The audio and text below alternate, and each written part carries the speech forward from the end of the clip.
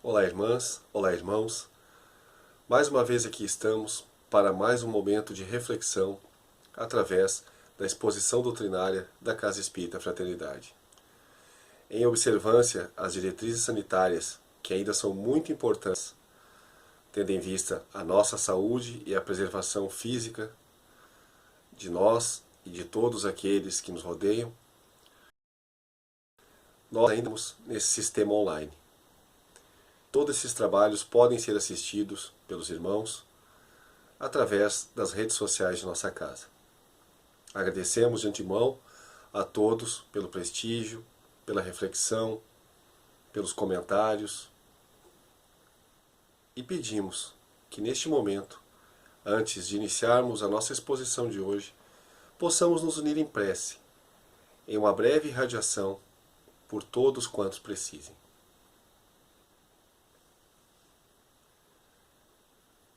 Pai de misericórdia infinita, a Ti, Senhor de tudo e de todos, agradecemos mais uma vez por esses momentos.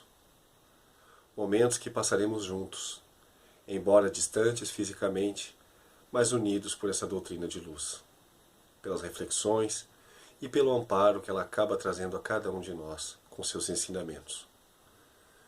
Pedimos a Ti, Pai, que onde quer que um filho Teu, um irmão nosso esteja em sofrimento, seja física ou espiritualmente, lá possa estar a Tua presença, através de almas abençoadas que rogamos levem a esses irmãos Teu amor, Tua misericórdia e tudo quanto necessitem.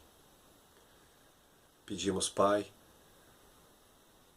por Tua piedade, para com todos aqueles que se encontram neste momento pelas ruas, sob as marquises, viadutos, com andarilhos no corpo físico, buscando caminhos que ainda não encontraram. Possam esses irmãos, assim como nossos irmãos que se encontram nos presídios, nos orfanatos, nos asilos, nos leitos de hospitais, nos leitos de suas próprias casas, impedidos física ou espiritualmente de se conectarem com o bem, de terem uma vida mais tranquila em face de seu sofrimento, que possam esses teus filhos, esses nossos irmãos queridos, serem assistidos neste momento. Possam os amados caravaneiros da fraternidade, bem como todos os irmãos que do plano maior se dedicam ao socorro de nós, teus filhos, menos esclarecidos, possam esses irmãos levar a cada um de teus filhos, que neste momento clamam por tua misericórdia, todo o amparo, toda a luz, toda a saúde espiritual e física quando necessária, que só tu, Pai de tudo e de todos, pode nos prover.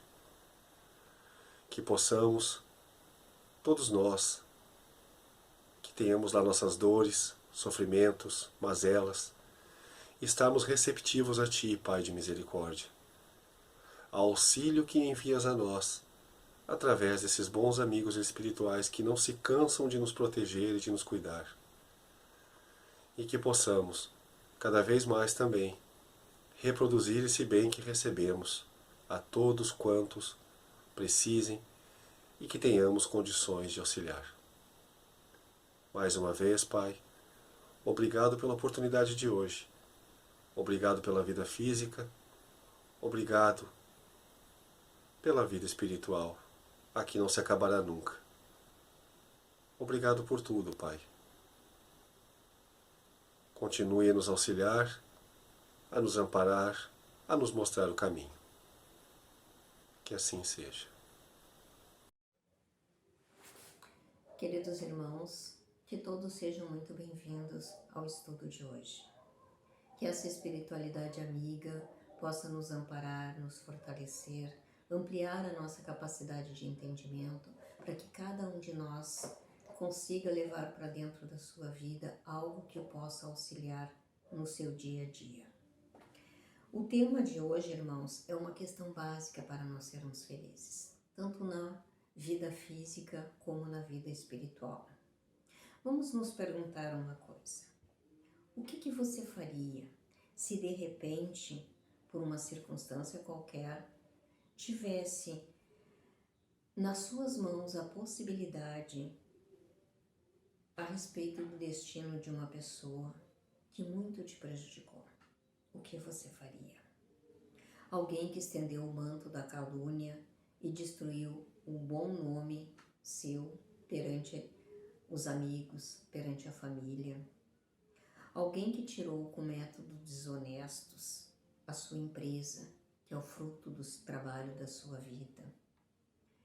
Alguém que tenha ferido brutalmente alguém da sua família. Será que você se lembraria da lição do perdão que foi ensinada pelo Mestre Jesus? Será que viria à sua mente as palavras do Mestre Galileu: bem-aventurados misericordiosos, porque receberão a misericórdia? Ou ainda lembraria da recomendação que Jesus nos fez a respeito de nós nos reconciliarmos com os nossos inimigos enquanto nós estamos a caminho? O nosso estudo de hoje, irmãos, é muito importante e não é fácil. O nosso tema de hoje é aprendendo a perdoar. O trabalho foi pesquisado no Evangelho segundo o Espiritismo, no livro Renovando Atitudes, no livro Perdão, o Caminho da Felicidade, o livro Pensamento de Emmanuel e no livro Psicoterapia à Luz do Evangelho de Jesus.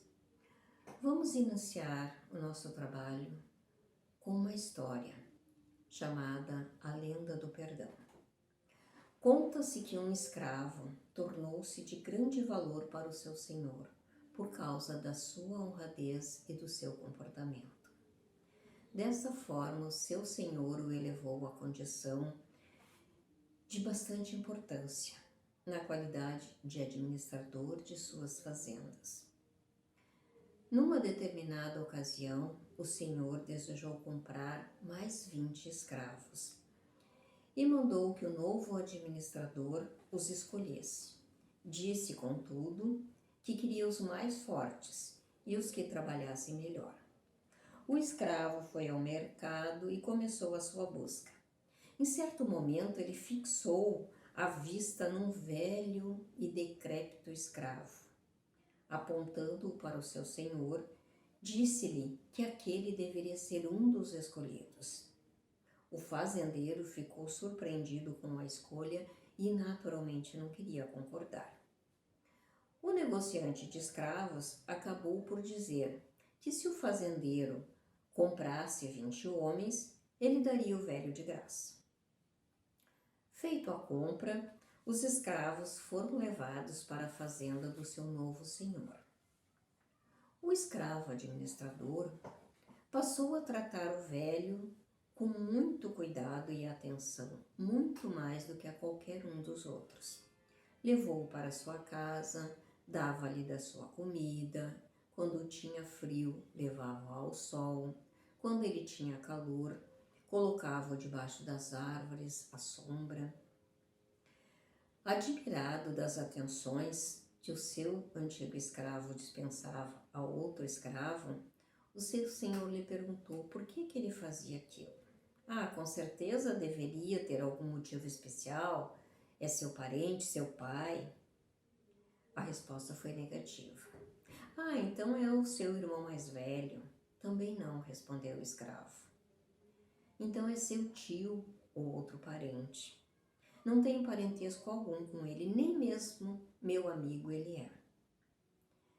Então perguntou o fazendeiro, por que tem tanto interesse por ele?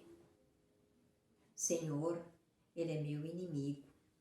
Vendeu-me a um negociante. Este é o motivo pelo qual me tornei escravo. Mas eu aprendi, pelos ensinamentos de Jesus, que nós devemos perdoar os nossos inimigos. E esta, Senhor, é a minha oportunidade de exercitar o meu aprendizado. Irmãos, na questão do perdão, a grande dificuldade que nós temos é o processo de culpa gravado em nossas mentes devido à cultura ocidental. Em nossa cultura está alicerçado o hábito de nós nos culparmos ou culparmos aos outros quando existe um erro em voga. Devido aos princípios religiosos, associamos o erro ao pecado e daí a culpa. Na passagem da mulher adúltera, quando Jesus disse que atirasse a primeira pedra aquele que não tivesse pecado nenhum, nesses dizeres ele deixou claro que via o pecado de uma maneira natural, como sendo um desvio de rota, apenas um erro, fazendo parte das experiências de evolução do ser humano.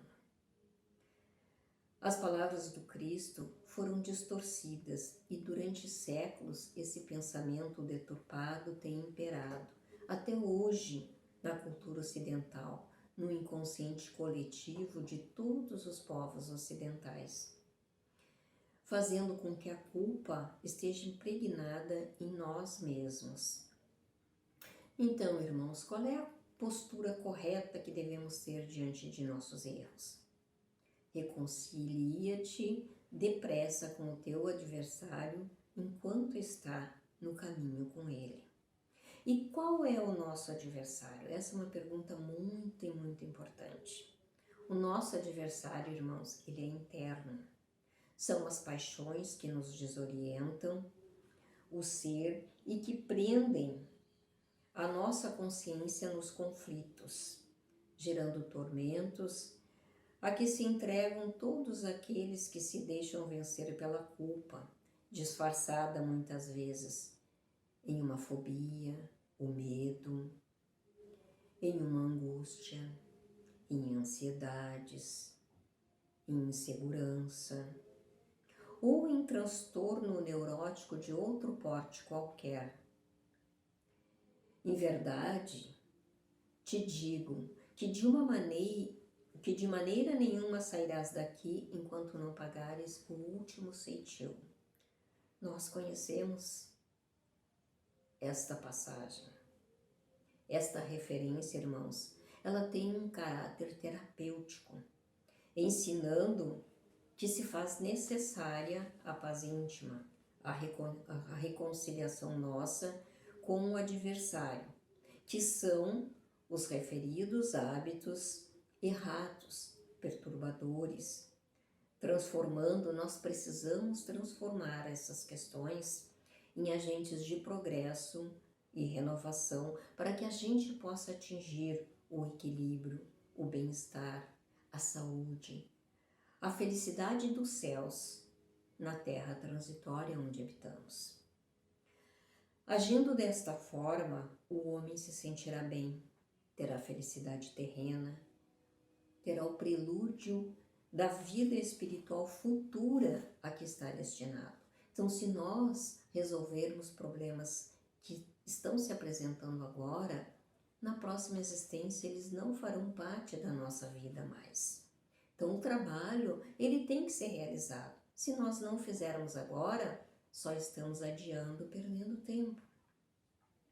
Diante das nossas negatividades, que são os nossos adversários, nós precisamos ter uma atitude de aceitação, de reconhecimento das nossas imperfeições, nos reconciliando com elas.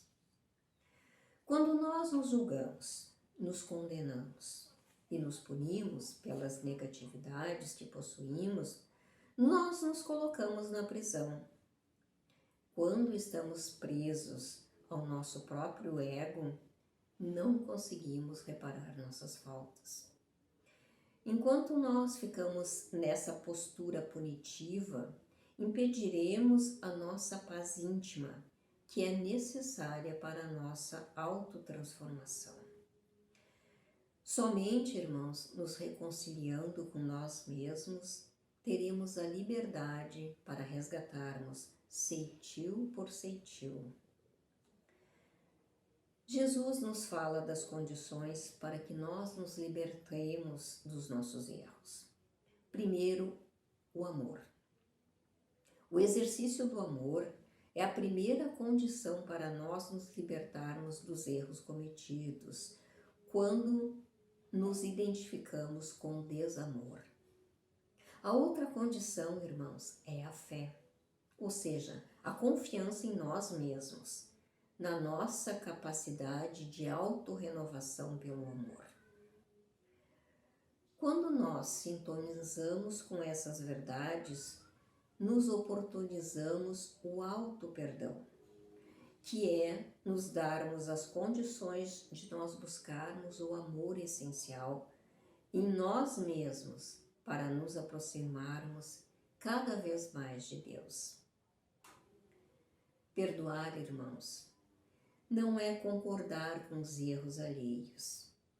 Perdoar não é aceitar quieto que nos agridam, abusam, manipulem e desrespeitem os nossos direitos e também os nossos limites pessoais. Perdoar não é apoiar comportamentos que nos trazem dores físicas ou morais e fingir que nada está acontecendo. Perdoar não é aceitar condutas erradas de parentes e amigos. Perdoar, irmãos, não é negar os nossos próprios sentimentos, as nossas emoções e os nossos anseios, reprimindo as nossas mágoas. Como fazer?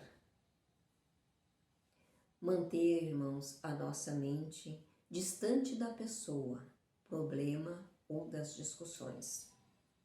Afastar os diálogos mentais que giram em nosso pensamento, nesses envolvimentos neuróticos. A nossa mente funcionando, eu deveria ter dito isso, eu deveria ter feito aquilo, e daqui a pouco a gente volta de novo ao mesmo pensamento.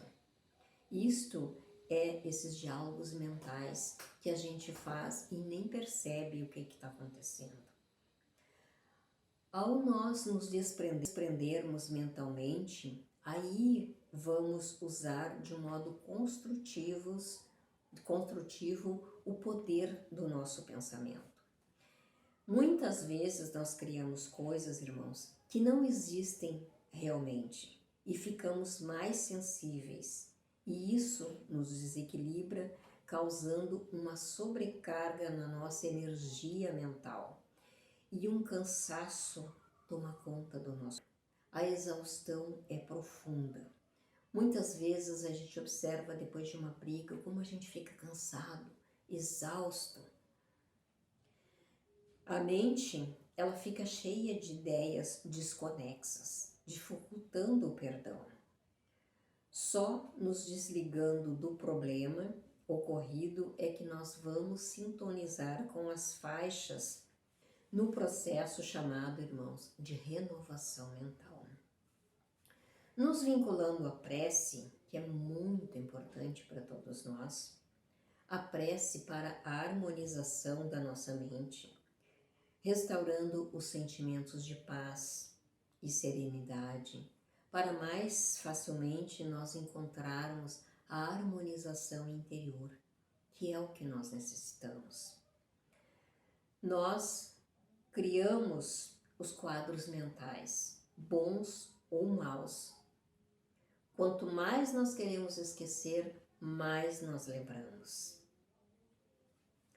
Desligar-se, desconectar-se, não significa nós nos tornarmos insensíveis. Não vou deixar mais ninguém se aproximar, ninguém vai mais me machucar, me magoar. Não é assim. E sim separar-se, irmãos, dessas relações doentias de hipnose, de alucinações íntimas, de represálias, da gente ficar xingando, de desforras de qualquer tipo, ou seja, querer se vingar, ou de problemas que naquele momento a gente não pode resolver.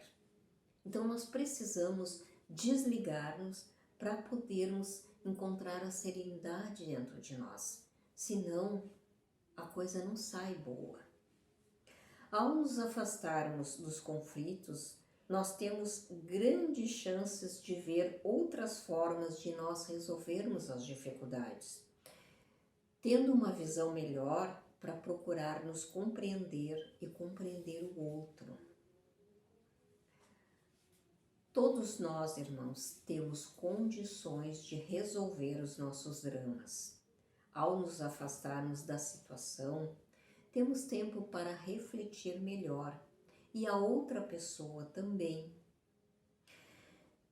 Vivermos a uma certa distância psicológica de pessoa ou problemas não significa que nós não nos importamos ou que nós deixamos de amá-los ou de perdoar-lhes, mas que estamos vivendo sem enlouquecer pelo desejo de tudo compreendermos, de padecermos, de suportarmos, de admitirmos. O desligamento, ele nos faz chegar mais facilmente ao perdão, porque nós nos libertamos moralmente da situação. E a crença de que Deus escreve direito por linhas tortas nos dá a certeza de que tudo irá acontecer pelo melhor. Se a nossa mente estiver em serenidade, em tumulto não conseguimos chegar a lugar nenhum, a não ser a lugar indesejável. Essa desconexão psicológica nos traz mais condições de analisarmos as nossas reações anteriores e atuais. Vamos refletindo. Como está o meu comportamento? O meu relacionamento com os outros? Daí sim, nós começamos a entender a dinâmica do perdão. A mais eficiente técnica de perdoar é retornar o vital contato conosco mesmos, nos desligando de toda a influência externa, para daí buscarmos uma real empatia com as pessoas. Deixamos de ser vítimas de forças fora do nosso controle. Quando nós estamos muito alterados, nós somos facilmente influenciáveis pelos irmãozinhos inferiores, que acabam botando lenha na fogueira, nos deixando mais nervosos, mais irritados, mais irados. Irmãos, para nos transformarmos, então nós precisamos estar no controle, para nos transformar em pessoas que criam sua própria realidade de vida, baseadas não nas críticas e ofensas do mundo, mas na sua percepção de verdade e da vontade própria, sempre associadas aos exemplos do Cristo, a cada um segundo suas obras. Esta é a lei, irmãos. Por que nós muitas vezes não paramos para pensar? Por que nós ficamos contra os problemas? Os problemas, eles são criados por nós mesmos, nessa existência ou existências anteriores, por nossas atitudes, por nossas ações, por nossos pensamentos. E por que nós ficamos contra aquela pessoa que nos traz aquela lição? Que é a lição que nós precisamos e merecemos. Então, se nós não estamos contentes com a nossa realidade, com os nossos problemas, nós precisamos analisar. Nada é por acaso. Irmãos, qual é o tempo que se leva para perdoar? Depende. Depende de cada pessoa, depende de cada problema. Tudo é muito individual. Existem questões que se levam pouquíssimo tempo para perdoar. E existem questões que estão muito arraigadas, que muitas vezes levam-se anos e anos, a pessoa batalhando, tentando, até que um dia vai acontecer. todos nós vamos conseguir perdoar, seja lá o que for que tenham feito contra nós, que tenham nos magoado, nos machucado. Mas temos que sempre batalhar pela mudança íntima, para criar o amor, para deixar de nos ofender por poucas coisas, para procurar entender a outra pessoa. O que foi que aconteceu? Por que que houve? E às vezes demora-se anos para nos mostrar que aquilo que aconteceu era o melhor para nós. Então, Deus escreve direito por linhas tortas. Esta frase, irmãos, deve estar sempre no nosso coração e na nossa mente. Assim, a gente vai manter o nosso equilíbrio íntimo, acreditando que o Pai sempre vai realizar o melhor para nós, embora naquele momento a gente não perceba isso. Mas, na continuação da vida, nós vamos entender tudo o que se passa na nossa existência. Irmãos, para nós concluirmos, o perdão é difícil para nós, porque nós ainda somos muito orgulhosos. Não é a pessoa que nos ofende, não é a pessoa que nos incomoda. O problema está em nós. Aquele ser que sabe entender, compreender e amar, ele não vai se ofender. Ele não vai se incomodar com atitudes alheias, apenas com as suas atitudes. Essa é a diferença.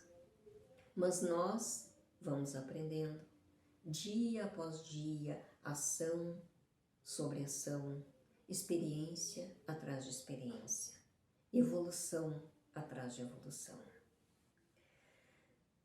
Nos julgamos sempre certos e os outros sempre errados, sem parar para pensar que cada um tem a sua verdade e que, por sermos diferentes, não vamos pensar nem sentir igual ao outro. Perdoar, irmãos, é conceder sempre a oportunidade para que o ofensor se arrependa, que o pecador se recomponha, que o criminoso se liberte do mal e se reerga. Esquecer o mal, sem lembranças amargas, sem condenações, sem dependências de condicionamentos, sem menosprezar, sem desdém oculto ou ostensivo. Perdoar, irmãos, é ter compaixão, entendimento maior através do amor incondicional. É nós termos coragem de mostrar o nosso descontentamento para não fugir da realidade com receio de que, se demonstrarmos o nosso eu, teremos como consequência alterar toda uma vida de relacionamento. Perdoar em qualquer tempo, irmãos, é um traço de luz, conduzindo nossa vida em direção a Deus. O perdão será sempre a cura segura, garantindo onde nós estivermos a saúde, a paz, a renovação e a segurança. Perdoar, irmãos, é necessário para que alcancemos a nossa paz interior. É o melhor remédio, porque quando sincero, é uma conquista da alma. Luz, paz para todos nós. E assim, irmãos e irmãs, encerramos mais um momento de exposição doutrinária através das redes sociais da Casa Espírita Fraternidade. Esperamos que todos possamos ter ótimas reflexões acerca do trabalho trazido hoje. Que essas reflexões possam nos auxiliar, possam nos proteger, possam nos encaminhar. Enfim, possam trazer o alento, o auxílio, que possamos estar necessitados, mas possam principalmente nos mostrar sempre o rumo a seguir. Fiquem todos com Deus, fiquemos todos com Deus e até uma próxima oportunidade. Mais uma vez, obrigado pela companhia de todos, em nome de todos os colaboradores da Casa Espírita Fraternidade e sua direção. Até uma próxima.